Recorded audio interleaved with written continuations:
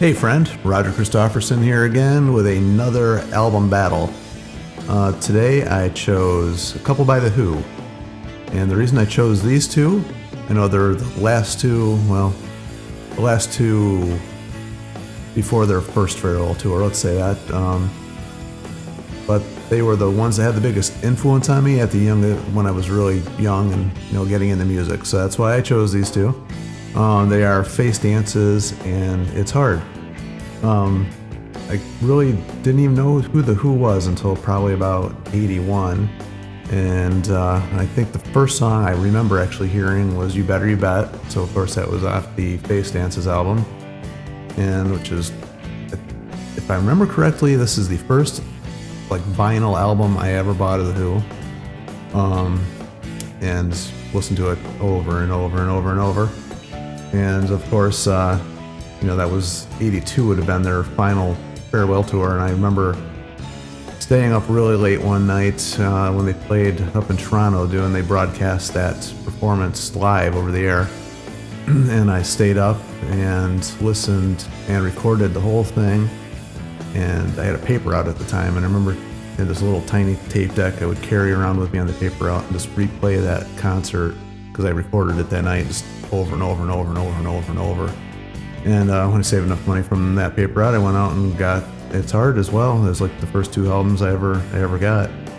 Even though I had heard Bob O'Reilly and Won't Get Fooled Again out and Behind Blue Eyes, everything off of Who's Next I had heard countless times on the radio, but this is the first introduction I had was that era. So, and they have actually become probably my favorite band of all time, and I've actually gone to see them 4 times. I saw them this past summer on their latest tour.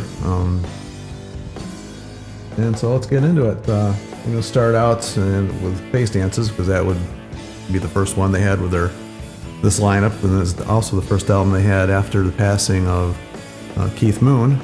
They had Kenny Jones joining them on drums for this one, which I think he did a pretty good job on this album, if I do say so myself. First song on the album is You Better You Bet. That's one of those songs that they still play to this day. Actually, they did it on this last tour.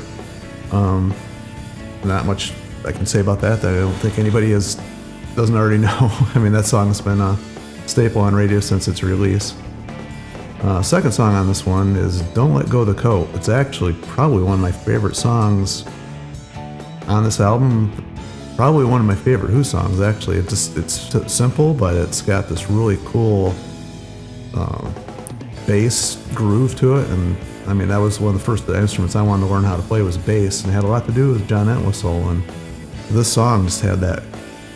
I don't know. I think John Entwistle actually made this song what it is. And then we got into.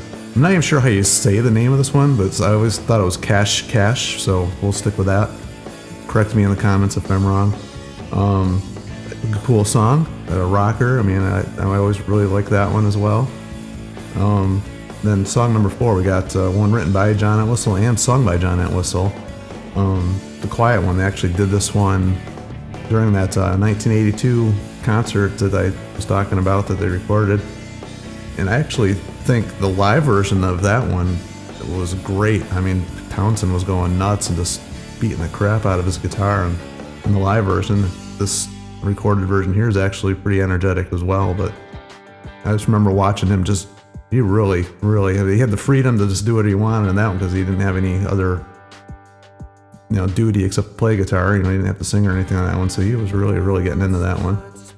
And then we come to track number 5, Did You Steal My Money? And I have to admit, when I was younger, it was probably my least favorite song on the album. It was okay. I sometimes would skip over it. A little bit weird, but now, as I've grown older, I've grown to appreciate it a little bit more, and I think it's got some cool little things to it. Daltrey sings a little bit differently on that one. His vocal tone and delivery is a little different than on most of the other songs. Actually, the same can be said for track 6 was How Can You Do It Alone. It was a pretty cool song. I mean, I did like it. lyrics. I remember as a kid thinking, ooh, what are they talking about, you know? And the only thing about this one is it had that little doo-wop thing going at the end of it, which I never really got into as a kid. Still to this day is probably not my favorite on the album, but it's still a decent song. Track number 7 gets us into Daily Records, which actually I love that song. Love it. It's got a really cool guitar part, great melody. It's really, I'm so kind of surprised this one never really caught on more. It's not mentioned by too many Who fans. I don't think they've played it live. Maybe they have. Nothing I've ever seen of them that they've ever done live, which is kind of a shame. It's one of the best songs I think on this album. Then we get to track number 8, You, also written by Entwistle, this time actually sung by Daltrey though. A really good song, really good lyrics I have to say for Entwistle. You know, we always think of Townsend as this great lyricist, which he is. So, yeah, but I really like the lyrics on this one. It was a really good song. Which brings us into track number 9, Another Tricky Day, which I went to see them. I think this was 2002, must have been. Yeah, it was 2002, because it was right after Entwistle had passed, and they had Pino Palladino. Saw them down in Hershey Park, PA, and they did this song live. I was like stoked, because I don't ever remember hearing that one performed live before either, so I remember singing along every word to that song. Took a friend of mine with me, and he was kind of like, what, how do you know this song? I'm like, come on, man. Grew up on this band. A lot of other people there knew that one too. They were really impressed with that. And it was a really good memory from that concert. So anyway, that brings us on to It's Hard.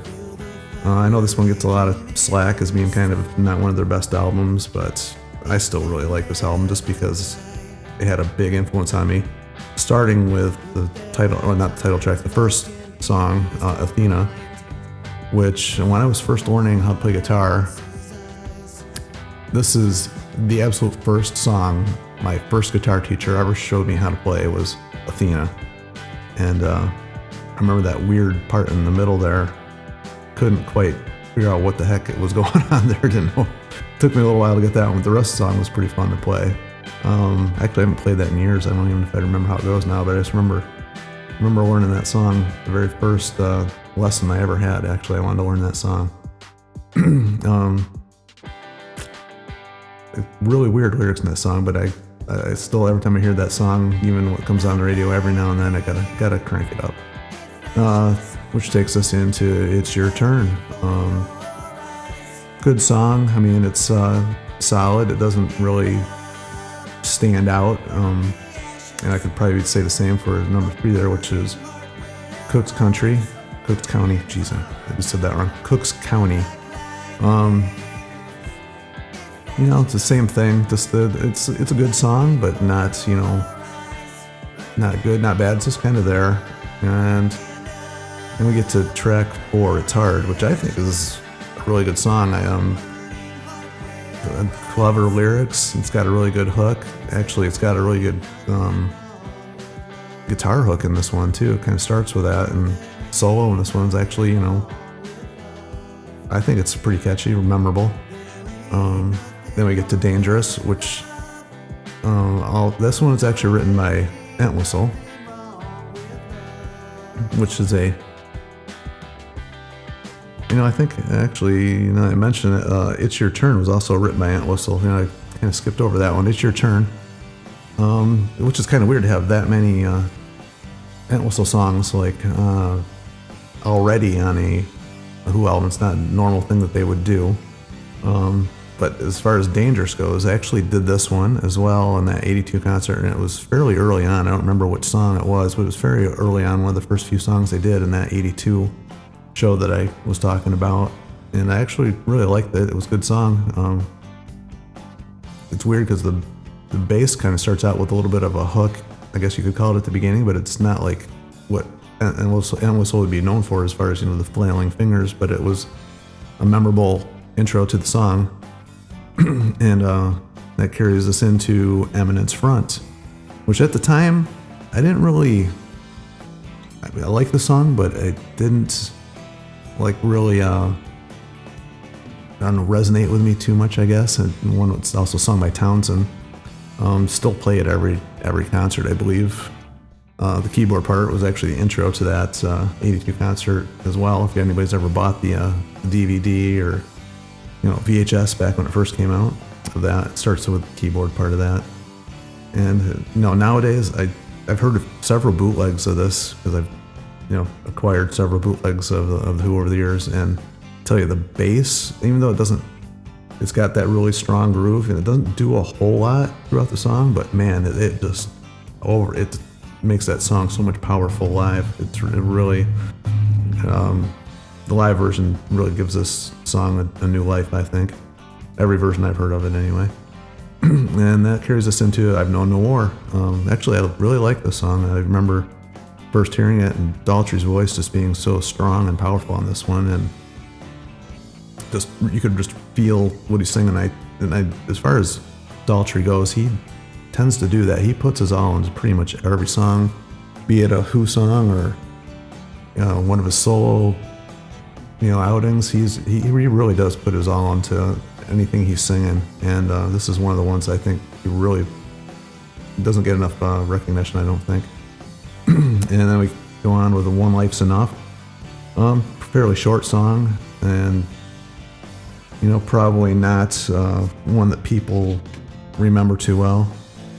I am cheating reading this one. One Life. That is a pretty short song. Yeah, 2:20. I remember that being really short. Good song. And that carries us into One at a Time, which is also another Entwistle written song. 3 on this album, which is, they had 2 on the first. When it first came out, it'd be side 1, side 2 on the vinyl. So 2 on the very first side of the album, and they got another one thrown in here, which is quite a bit for Entwistle. And the other strange thing is he did not sing any of these, which is also very strange. That's good, it's a good song too. They had some pretty strong offerings on this album too, as far as what he did contribute. They weren't really bad songs. They're definitely stand up to a lot of Townsend stuff on this album. It gets us on to Why Did I Fall for That? Also, I always like that one. Just a fairly decent Townsend written song. Probably could have been on any of his solo albums, but Daltrey did his job taking it and making it one of the Who's. Then A Man Is a Man comes after that, which I actually really like. A Man Is a Man and Cry If You Want, also the closing song. Those 2 songs I think are really, very strong close to this album. I remember Cry If You Want, the live version, Townsend just kind of adds all kinds of crazy guitar stuff at the end. It's not really soloing, but he's just just rapid fire, just almost punching his guitar at times. It's really good. He just puts one of those other ones where the live version just brings the song to a whole new life. And 2 good albums. Had a lot of influence on me. The Who has been one of those bands I've followed forever. Townsend's an amazing songwriter. He's probably my favorite artist of all time. Done a lot of reading of his books. It's led me to investigate other albums he's recorded on and produced.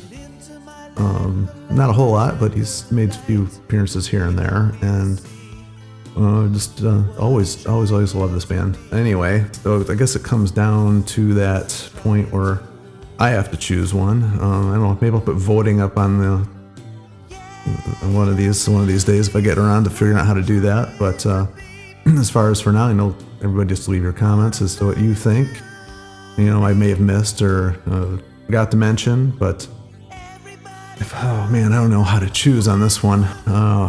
I would have to say the one I listened to the most over the years, I think is what I'd have to go with. I think I listened to Face Dances the most, and I think it has the most variety. So for that reason, and that reason only, because I personally think these are both really good albums. Both with Kenny Jones, I forgot to mention he was also playing on It's Hard.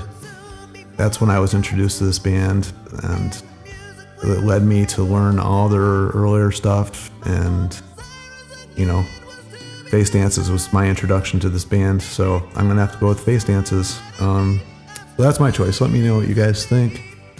You know, if you want to check out, you know, what these guys have done to influence me, you know, check out my other YouTube station, just Roger Christofferson.